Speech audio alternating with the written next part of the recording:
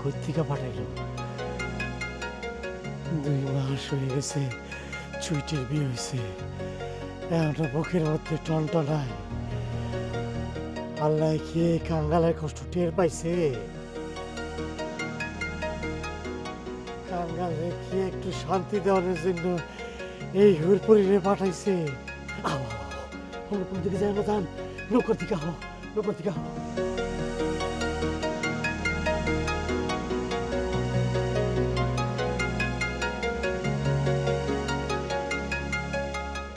তুমি কি খেলতে গেলা?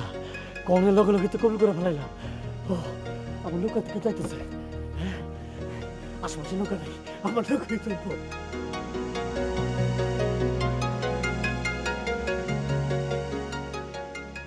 কাদিরা 100 টাকা ঘাটে অন্য কোনো নৌকা নাই, উঠলে তো আমার নৌকা উঠতেইব। ওই মাঝি যাইবা? এইটা তুমি কি কইলা? তুমি যাইবা বলে তো সঙ্গে আল্লাহ তাআলা আমারে পাঠাইছে। ওই পারে সিকান্দার মিয়ারে চিনো? ঢাকায় গার্মেন্টসে চাকরি করে। আরে চিনুম না কে? কয়দিন আগে না হার বোন চুইটি আমার গাঙ্গের চলে বাসায় দিয়া লাড্ডু বিয়া করে ফেলাইলো। বিয়া ছোটা মনে। আহো আমার লগে, ধরো একটা ধরো। কিলো আহো। ওরে ওরে ওরে নাও না, হাতটা দাও, হাতটা দাও। ওরে ওরে সাবধানে দাও।